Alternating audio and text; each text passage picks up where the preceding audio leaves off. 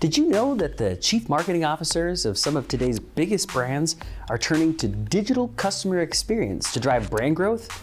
It's true. In this week's episode, we look at how marketers can improve customer satisfaction, loyalty, and lifetime value by focusing on their DCX. Plus, special guest Mark Traphagan from Aimclear shares his opinions on how content can shape the customer experience. Stay tuned for all that and more.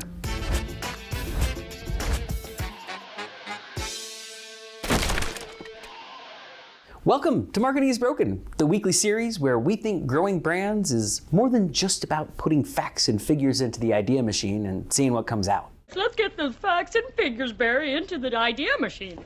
If you could find out what the marketing leaders of HomeAway, Domino's, and Marriott International were doing to stay competitive, what would you do with that information? In a recent Adweek article, marketing analyst and futurist Brian Solis shared insights from his interviews with some of marketing's most important CMOs on how they're using digital customer experience, or DCX, as a way to please customers and gain market share. Just what are some of the biggest takeaways? Well, number one, to stay top of mind, smart brands are investing heavily in innovating at the earliest stages of the customer journey, search and discoverability. It's really hard to be a customer's final decision if you're not in their initial consideration set. Two, despite the buzz, improving DCX realistically means creating a cross-functional group led by marketing that maps the customer journey, assembles data across touchpoints, and organizes marketing efforts around customer journey renovation and innovation. And number three, marketers should measure business performance alongside customer-centric KPIs such as customer lifetime value to help justify investments within your organization. There's never been a better time for marketers to lead the rest of the organization under the banner of customer experience. But change can often be difficult, and so it's helpful to hear stories from brands who have benefited from putting the customer first. We wanted to know how to get started improving the customer experience and what role marketing content plays in it.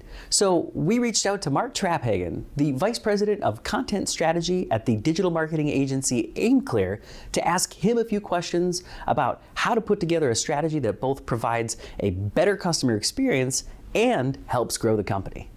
As digital customer experience becomes more important, how has that changed the demand, production value, and budgets for content creation? Well, it definitely increases all of it because content has such a bigger role to play now. You know, when I started in this game, content seemed to be primarily something to use for SEO. It was a matter of excuse to get some keywords on a page that hopefully would attract the search engine and get you ranking for something and get traffic to your site. But content has evolved so far beyond that. Now is an essential part of the digital customer experience from beginning to end. And hopefully in keeping that experience from coming to an end, but becoming a lifetime experience for that customer. Content plays a role at that in every step of that, which means that you're going to need not only a lot more content, but a lot of different kinds of content and content that addresses every one of those steps along the way. Absolutely. And so regarding, this increased need, the C-suite often needs to hear things in like personalized, compelling, or hyper relevant ways to create that sense of urgency. How do you help your clients create that buy-in for more and better content to improve the experience?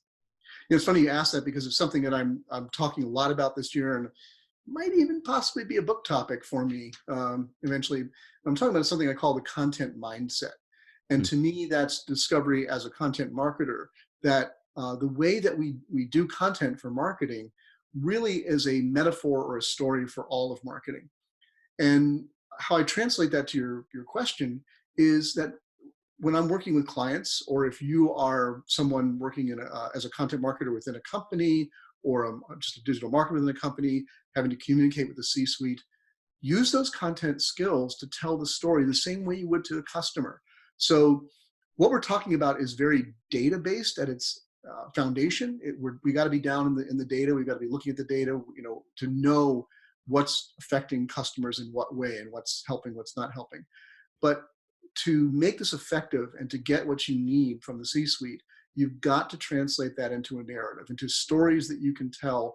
That when we do this, when we do that. So when I make reports, when I have a call with a client, the numbers, I always have them there. They want to just know they're there. I don't know if they look at them or not, The Sure. most important thing is the stories that I can tell about we saw when we did this and this, it moved people in this direction and that way. And so I would just say use those same storytelling skills you use to build the content for your customers also in dealing with your upper management and the people that you need buy-in on this sort of thing. That's perfect. Okay, so let's talk about those telling skills a little bit. So there are tools that a lot of content strategists and content marketers are using these days, but not everybody takes the time or money to create these tools like customer journey maps, personas, and other strategic assets. So do marketers need to like pause everything and make these artifacts so that they can be successful, or can you phase them in as time allows? Are there ones that are more important or more critical to success than others? What do you think? Yeah, well, definitely, I would say phase in. Don't stop. You can't stop.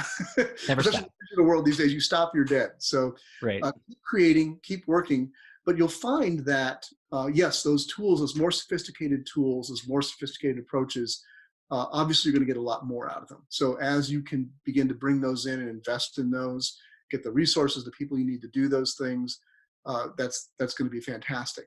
But you can begin even with your own experiences and your own intuition. So especially if you're a smaller business, just watching how people interact with every step along the way, with your content, with your site, you're watching your analytics. Where are people getting stopped up? Where are people leaving? Where are people going on the journey?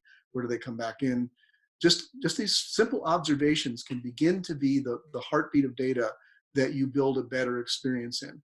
When we talk about digital customer experience, I just want to say this, that it's really just adding the word digital onto customer experience. It's something that's always been around. Right. So a store manager in a physical store, they watch their customers, they watch where they go, how do they flow through the aisles, where do their eyes go on the shelf, all these different things.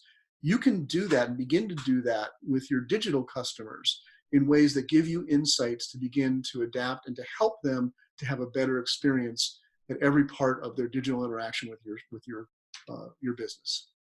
That's awesome. Mark Traphagan, thank you so much for your time. Thank you, Josh. Really, really nice to talk with you, and thanks for having me on. Absolutely. How important is the customer's digital experience? And what role does your marketing and content play in shaping the customer's experience? Does marketing's increasing role in customer experience mean that we should have more power in the company? Share your thoughts in the comments and you might just win yourself some new Brandish Insights gear. We'll see you next time. Hey, it's Josh from Brandish Insights. Thank you for watching Marketing is Broken. If you like this week's episode, please click below to subscribe or check out other episodes. And if your company could use more insights around your branding efforts, check out brandishinsights.com. The marketing broke again. Well, you gonna fix it?